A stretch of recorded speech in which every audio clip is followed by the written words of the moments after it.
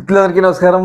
Radio Rambabu ఛానల్కి స్వాగతం. ఎలా ఉన్నారు? ఇవాళ తోడికోడలు సినిమాలో అనేక పాటలు ఉన్నాయి, కానీ కారులో షికారుకెళ్ళే పాలబుగ్గల పసిడి చాన పాట గురించి కొన్ని విశేషాలు. నిజానికి ఈ పాట మొదటగా అనుకుని రికార్డ్ చేసిన పాట కాదు. సినిమా మొత్తం అయిపోయిన తర్వాత ఆదుర్తి, దుక్కిపాటి మస్తున్నారు నిర్మాత దర్శకులు ఇద్దరు కూడా సినిమా చూసిన తర్వాత ఒక రిలీఫ్ ఇచ్చే పాట కావాలనుకున్నారు. సాధారణంగా ఆ రోజుల్లో పాటని రిలీఫ్గా పెట్టేవాళ్ళు. సో రిలీఫ్గా పాట పెడదాం అనుకున్నప్పుడు ఆత్రేయకి మీరు మంచి పాట రాయండి, అది మీ పాట ఎలా ఉండాలి అనేది మీ ఊహకు వదిలేస్తున్నాం అని చెప్పి ఏం చెప్పకుండా ఇచ్చేశారు. అప్పుడు ఆత్రేయ తన దగ్గరటువంటి ఫైల్లోంచి ఒక పాట తీసి రెడీమేడ్గా ఇచ్చేశారు. ఆ పాటే కారులో షికారుకెళ్ళే పాలబుగ్గల పసిడి చాన పాట. విశేషం ఏమిటంటే చాలామంది ఈ పాట శ్రీశ్రీ రాశారనుకుంటారు.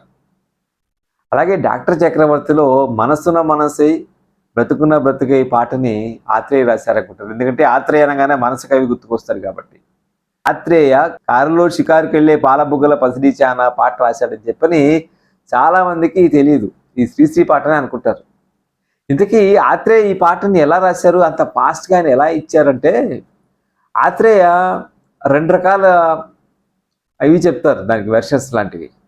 ఆత్రేయ మెరీనా బీచ్లో నడుస్తున్నప్పుడు చాలామంది ధనవంతులైనటువంటి ఆడపిల్లలు కారులో రావడం చూశారని, అది చూసి వాళ్ళని చూసి రాసుకున్నాడని చెప్పిన ఓ మాట చెప్తారు. కానీ ఆత్రేయ ఇంటర్వ్యూలో చెప్పిన మాట ఏమిటంటే, ఆయన నెల్లూరులో పనిచేస్తున్నప్పుడు కాలేజీ లెక్చరర్గా ఆయన లెక్చరర్ నడుచుకుంటూ వెళ్ళేవాడు.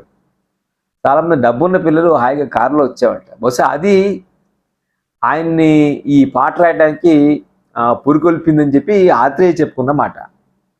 ఇలా ఈ పాట బయటకు వచ్చింది. ఇంకో విశేషం ఏంటంటే, ఈ పాటని రికార్డ్ చేసిన ఎవరు అనుకున్నారు? ఒకప్పటి మేటి డైరెక్టర్ కె విశ్వనాథ్ గారు. కె విశ్వనాథ్ గారు అప్పుడు సౌండ్ రికార్డిస్ట్గా ఉండేవాడు, సౌండ్ ఇంజనీర్గా ఉండేవాడు ఆ రోజుల్లో. అప్పుడు ఆయన ఈ పాటని రికార్డ్ చేశారు, బహుశా వాహిని స్టూడియోస్లోనే. ఇక పాట సాహిత్యం మనం చూడండి. నిజానికి ఈ పాట చాలా సింపుల్గా తీశారు. రెండు విషయాలు అనిపిస్తాయి. ఒకటేమో అక్కినేని నాగేశ్వరరావు అభినయం చాలా సింపుల్గా హాయిగా ఉంటుంది, అదొకటి. ఘంటసాల ఒక లేత మార్దవమైన గొంతుతో ఘంటసాల పాడారు. అక్కినేని అంతే లేత వయసులో ఆ పాటని ఆలపించడం, ఆ ఘంటసాల గొంతు అక్కినేని అభినయం అద్భుతంగా కలిసిపోయాయి.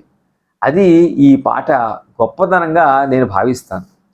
ఒకసారి పాట మనం చూసినట్లయితే పాట సాహిత్యాన్ని ఒకసారి చెప్పుకుందాం. ఒకసారి కారులో షికారుకెళ్ళే పాలబుగ్గల పసిడి చాన, బుగ్గ మీద గులాబీ రంగు ఎలా వచ్చెనో చెప్పగలవా, నిన్ను మించిన కన్నెలెందరో మండు టెండలు మాడిపోతే, వారి బుగ్గల నిగ్గు నీకు వచ్చే చేరెను తెలుసుకో.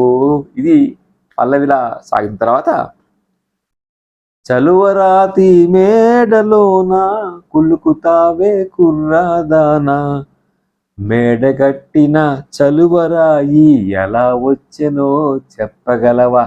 మాస్టర్ వేణు ఎంత అద్భుతంగా ఈ పాటకి ట్యూన్ కట్టారండి. ఎంత హాయిగా ఉంది. ఒక అభ్యుదయవాదం ఈ పాటలో మనకు అనిపిస్తుంది, అంతే గొప్ప ట్యూన్ మనకు అనిపిస్తుంది. అంటే వేణు క్యారెక్టర్ ఈ సినిమాలో, వేణు క్యారెక్టరు ఒక కవి. సో కవికి పాట రాయడానికి ఒక ప్రేరణ కావాలి, ఒక ఇన్స్పిరేషన్ కావాలి. సిగరెట్ తాగుతాడు, అన్న కూతుర్ని కమలను పిలిచి కాఫీ పట్టరా అని చెప్తాడు. నేను కాదు బాబాయ్ పెళ్లి తెస్తుందని చెప్పి చెప్తుంది. సావిత్రి సుశీల పాత్రలో కాఫీ తెచ్చిస్తుంది. అంటే అది సరదాగా అన్నారో ఏమో, కానీ కవి మామూలుగా రాయలేడు, కవికి ఇవన్నీ ఉంటేనే రాస్తాడని చెప్పని నాగేశ్వర పాత్ర చెప్తుంది అక్కడ. మళ్ళీ సాహిత్యంలోకి మనం వెళ్తే, గాలిలోన తేలిపోయే చీర కట్టిన చిన్నదాన, జిలుగు వెలుగుల చీర శిల్పం ఎలా వచ్చెనో చెప్పగలవా, చిరుగు పాతల బరువు బ్రతుకుల నేతగాళ్లే నేర్చినారు, జాకిరొకరిది సౌఖ్యమొకరిది సాగదింకా తెలుసుకో అని చెప్పి ఎండ్ అవుతుంది. అంత ముందు చరణంలో కూడా మనం చూస్తే మేడ కట్టిన చలువారాయి ఎలా వచ్చినో చెప్పగలవా, కడుపు కాలే కష్ట జీవులు వడలు విరిచి గనులు తొలచి చెమట చలువను చేచిరాళ్లను పేర్చినారు తెలుసుకో, కారులో షికారుకెళ్ళే పాల బుగ్గల పసిడి చానా బుగ్గ మీద గులాబీ రంగు ఎలా వచ్చెనో చెప్పగలవా. ఇది ఒక అద్భుతమైన పాటగా నాకు అనిపిస్తుంది. అంటే తోడికోడల్లో ఆడుతూ పాడుతూ పనిచేస్తుంది ఇట్లాంటి పాటలు చాలా ఉన్నాయి. ఒకటే అర్థం కాని విషయం నాకేంటంటే, ఆదుర్తి గారు దుక్కుపాటి మధుసూదనరావు వీళ్ళిద్దరు కూడా సినిమా మొదలైన 15 నిమిషాలని ఈ పాట రావాలని అనుకున్నారు. సో దానికి సీన్ ఎలా పాట రికార్డ్ చేశారు, పాట అద్భుతంగా వచ్చింది. సో ఆదుర్తి ఆయనకి పిక్చరైజేషన్ అద్భుతంగా చేస్తారనే పేరుంది. సో అప్పటికప్పుడు ఆయన సీన్ కన్సీవ్ చేసింది ఏంటంటే, ఒక అమ్మాయి కారులో టాప్లెస్ కారులో స్పీడ్గా వెళ్ళిపోతుంటుంది హీరో ఇంటి ముందు నుంచి. హీరో ఆ దృశ్యం చూస్తాడు.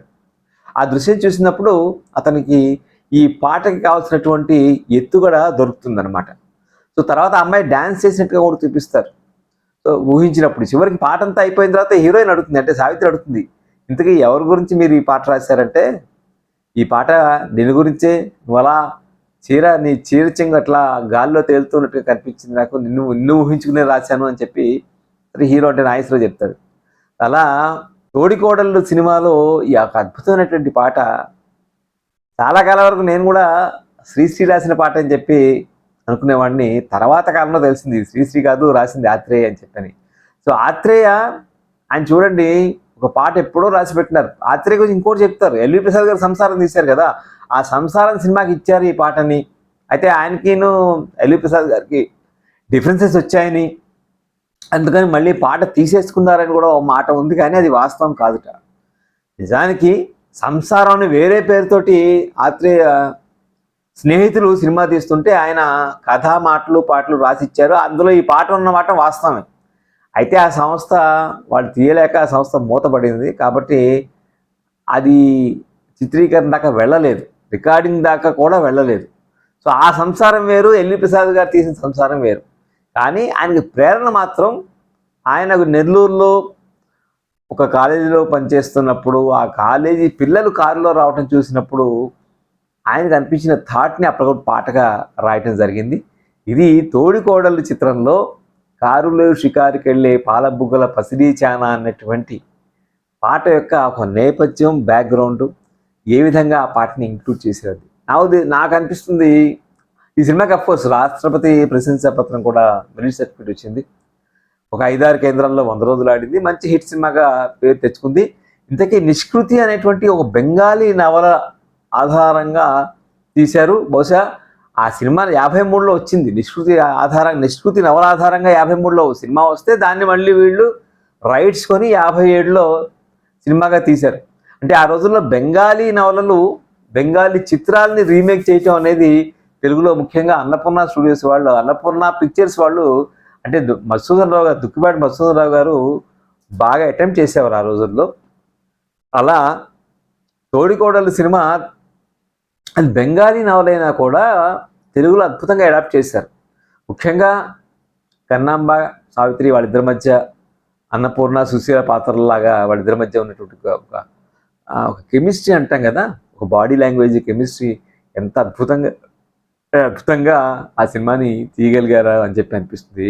బహుశా అన్నపూర్ణ వాళ్ళకి చేసినటువంటి ఆది సుబ్బారావు గారు చేసిన మొదటి సినిమా ఈ సినిమా బ్రహ్మాండమైన హిట్ అయినటువంటి మాట వాస్తవం. మాస్టర్ వెనుక క్రియేట్ ఇవ్వాలి. ఆయన ఈ పాటకు అద్భుతమైన ట్యూన్ ఇచ్చారు. నాకు తెలిసి అప్పట్లో కానీ ఇప్పట్లో కానీ తెలుగు సినిమా పాటల్లో చక్కటి కవిత్వంతో నిండినటువంటి పాటగా ఈ కారులో షికారుకి వెళ్ళే పాలబుగ్గల పసిడి చానా పాట గుర్తుండిపోతుంది. నాకు బాగా నచ్చింది ఏమంటే చాలా సింపుల్గా టెర్రేస్ మొత్తం అంతా కూడా టెర్రేస్ మీద తీసేసిన పాట. నాగేశ్వరరావు చక్కటి క్లోజప్స్ ఉంటాయి, నాగేశ్వరరావు చక్కగా చేస్తారు. ఇప్పుడు ఆ రోజుల్లో ఈ హీరో సిగరెట్ తాగడం అనే అలవాటు ఆ రోజుల్లో ఎందుకు ఉండేదో నాకు తెలియదు. విచిత్రంగా తర్వాత గ్యాప్ వచ్చింది కానీ మళ్ళీ స్టార్ట్ చేశారు. కానీ అప్పట్లో సిగరెట్ తాగడం అనేది ఒక ఫ్యాషన్గా చూపించేవాళ్ళు. మొత్తం పాటని సింపుల్గా తీసేసేటువంటి పాటగా, సింపుల్గా తీసిన బలంగా నాటుకుపోయిన పాటగా ఈ పాట గుర్తుండిపోతుంది. ఇది తోడికోడళ్ళు చిత్రంలోని కారులో షికారుకి వెళ్ళే పాలబుగ్గల పసిడి చానా పాట వెనక ఉన్నట్టు నేపథ్యం ఇప్పుడు అర్థమయ్యే ఉంటుంది. ఈ పాట రాసింది ఆత్రేయ, శ్రీశ్రీ కాదు. వీడియో నచ్చితే మీకు మరిన్ని లైక్ చేయండి, షేర్ చేయండి. ఎక్స్ట్రా ఇన్ఫర్మేషన్ తెలిస్తే తప్పకుండా ఆ కామెంట్స్లో పొందుపరచండి. రేడియో రాంబాబు ఛానల్కి సబ్స్క్రైబ్ చేయడం మర్చిపోకండి. Thank you. నమస్తే.